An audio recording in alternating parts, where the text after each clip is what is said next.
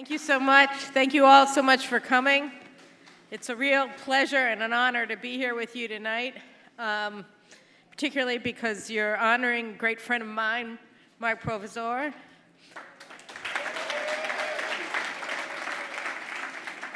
Actually, I don't think we've done it yet, so Suri and kids, could you stand up, please?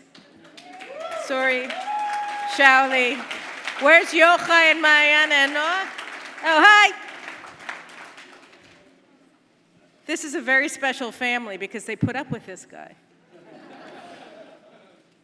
You know, I was trying to figure out when Scott asked me to come and he told me, they're honoring Mark and all of the other, extraordinary people who were involved here in the One Israel Fund.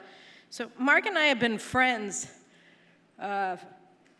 for a lot of years, but not that many years. I mean, we're both getting older, and I think we were trying to remember when we met on the cab ride on the way down here, and we couldn't quite remember when it was. And it's strange because I think when we met, it sort of felt like we had been friends for thousands of years already. And the reason, I think, is because of the way that we see our roles in the stream of Jewish history. Mark has a motto for his security projects called No More Jewish Victims. And it's interesting, especially in the shadow of the massacre of the Jews in Pittsburgh, to think about that motto for a second, because I think it's deeply meaningful on two levels.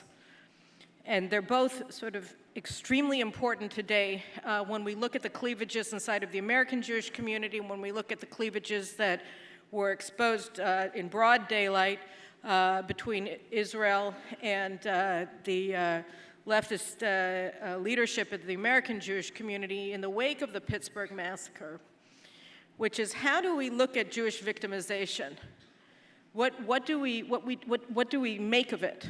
Thousands of years of persecution of our people for who we are by people on all sides of the political spectrum, the religious spectrum, the whatever happens to be the spectrum at any age and any time in human history that automatically develops a force field of hatred against our people. How do we look at this victimizations? Does it define us, or do we define ourselves in spite of our victimization?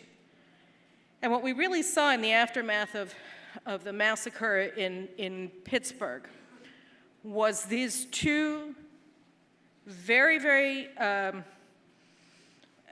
different and competing ideas about how Jews are supposed to be looking at our victimization being brought to bear. There's the one side, you have people like, me and Mark, and you, who listened to the president saying, if they had had protection, then this wouldn't have happened. If they had been armed, this wouldn't have happened. And we think you're right. Because if we had been able to defend ourselves, if the Jews in that synagogue had been able to defend themselves against the Nazi who came in to massacre them, then maybe he would be dead instead of them. And that would be a better outcome, by far. Instead of hearing about the wonderful Jewish medical staff who took care of him despite the fact that he had just massacred 11 Jews in prayer and how wonderful and moral they are. No, it would have been nicer if we hadn't heard those stories and we had heard the story about the Jewish hero who blew his brains out.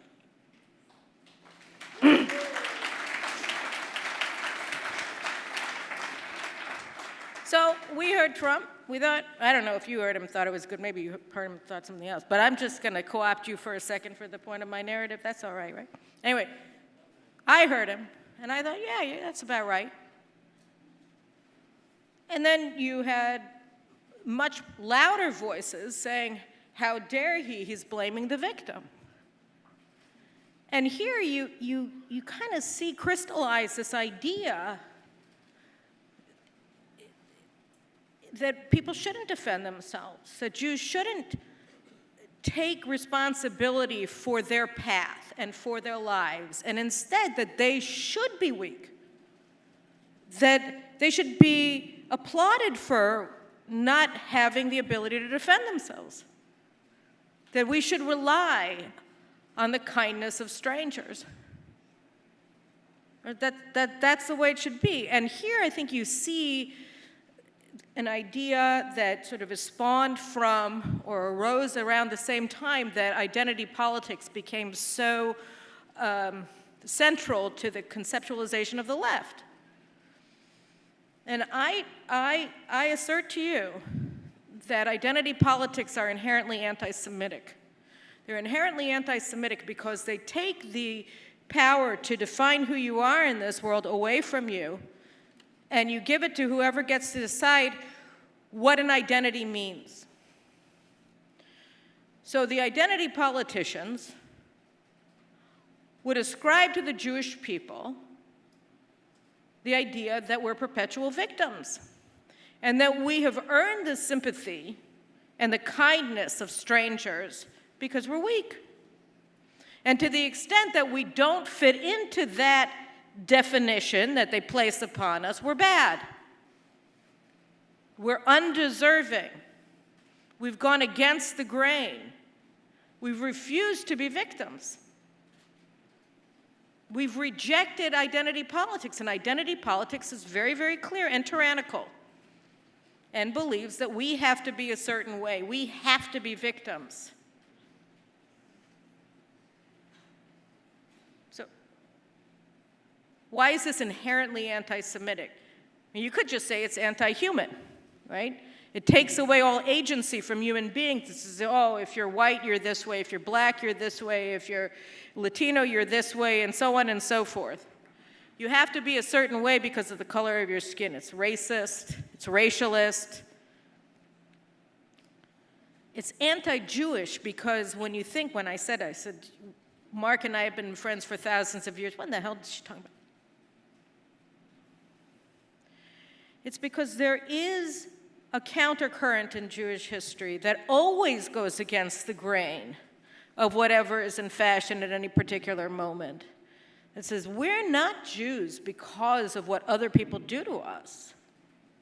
We're Jews because of the Torah, because we're the children of Abraham, Isaac, and Jacob, because that's just who we are.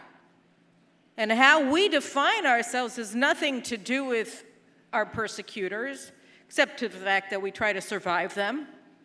It has to do with who we are and what we believe in and what our heritage is and how we cling to that heritage and how we defend it and preserve it on to the next generation. And these are the Jews that are the ones that we remember.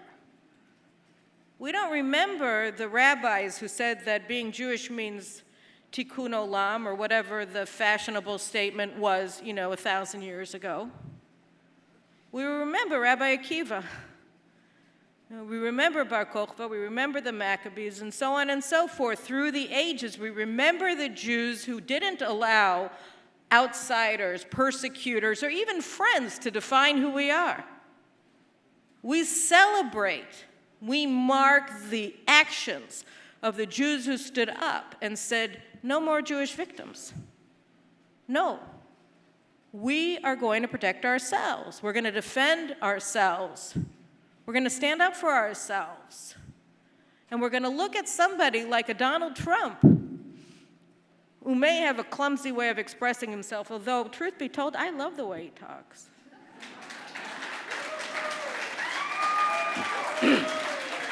Don't you? He's awesome. He's like the best. 6 more years. No, we can say this now because everybody's already voted. But just saying, look, we appreciate people who appreciate us. And we know that the true friends of the Jews, the real ones, are the ones who like us when we're strong and try to help us be stronger when we're weak so that we can defend ourselves. The friends of the Jews aren't the Linda Sarsours who come to mourn our dead people, or even the European Union who puts up Holocaust memorials like mushrooms after the rain, but then does everything they can to advance the cause of economic and political warfare against Israel and supports terrorist organizations against us. You support the Jews by supporting alive Jews. You support the Jews by wanting us to be stronger.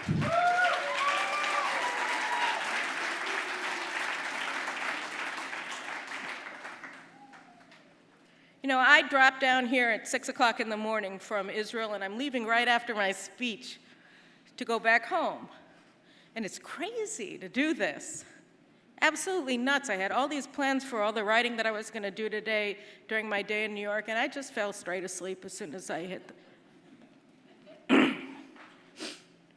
But why did I do it? Well, I did it because, you know, Mark is my kid's Uncle Mark, and Suri is my kid's Aunt Suri, and I love him. But I also did it. Yeah, I love him. Just don't let it get to your head. Poor Scott has to deal with him professionally. So, anyway, but it's because we get stronger when we empower the strong among us, when we empower the people who are bringing the message of no more Jewish victims. When we say we reject the idea that we are defined by the fact that people who want to kill us. No, they don't define us. Linda Sarsour does not define us. She doesn't.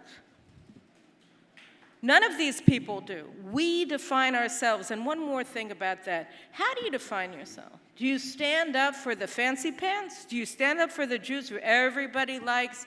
Do you run around saying, oh, look, love us because, you know, we're a liberal democracy? No. The way that you make Israel stronger is by standing up for the guys that it's controversial to stand up for. The people who are not consensus issues.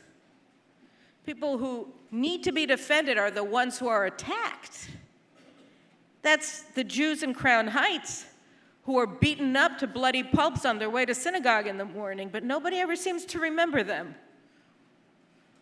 And that's standing up from the Jews in Judea and Samaria because we're the ones who are always under attack.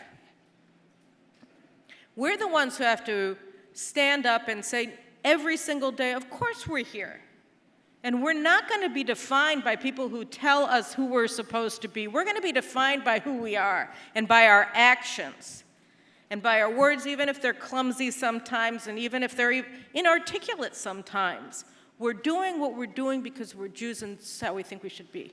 We have to be strong. We have to stand up for ourselves. We have to define who we are by our heritage and by the long spans of Jewish history, which stretches back 4,000 years.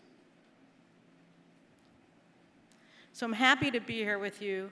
The One Israel Fund is one of the only organizations that does just that. That says, look, you know, you want to stand for community centers, you know, federation here or there in whatever Arab town to show that Israel is a multicultural society, that's fine. We're standing with the Jews in Judea and Samaria. We celebrate every Jewish family that moves there, and we do everything that we can to empower and strengthen all of the Jewish communities in Judea and Samaria and all the Jews who live in Judea and Samaria. And we will stand up for them any day of the week and twice on Shabbat when we come to synagogue with our guns.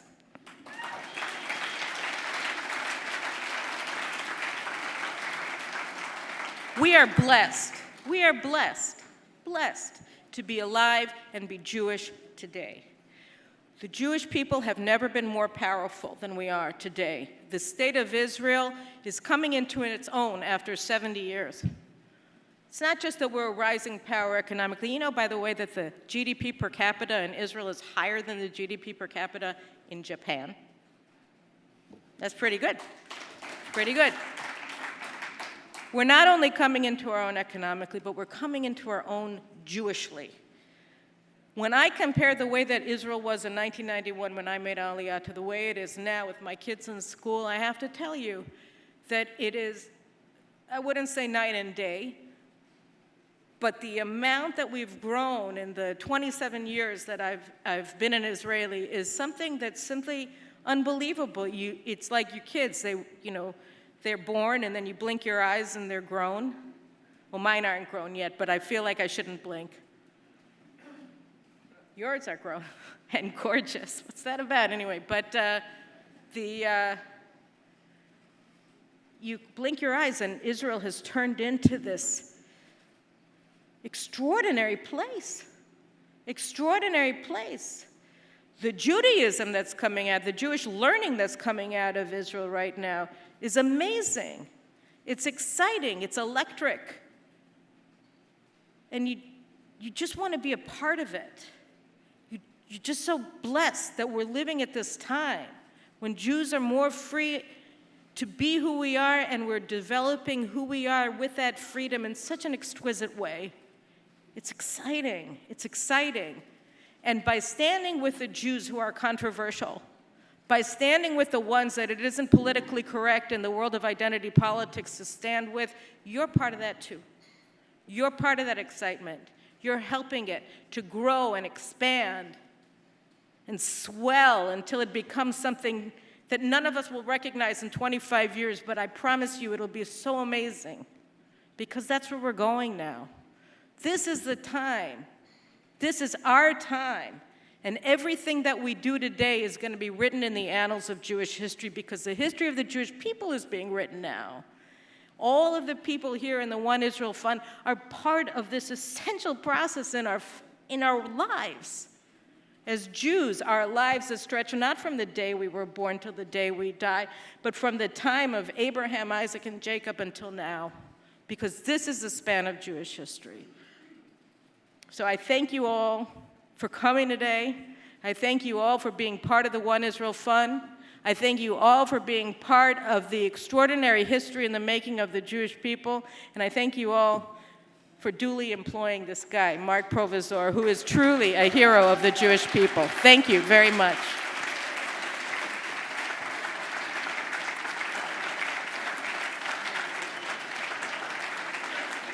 Thank you, Caroline Glick.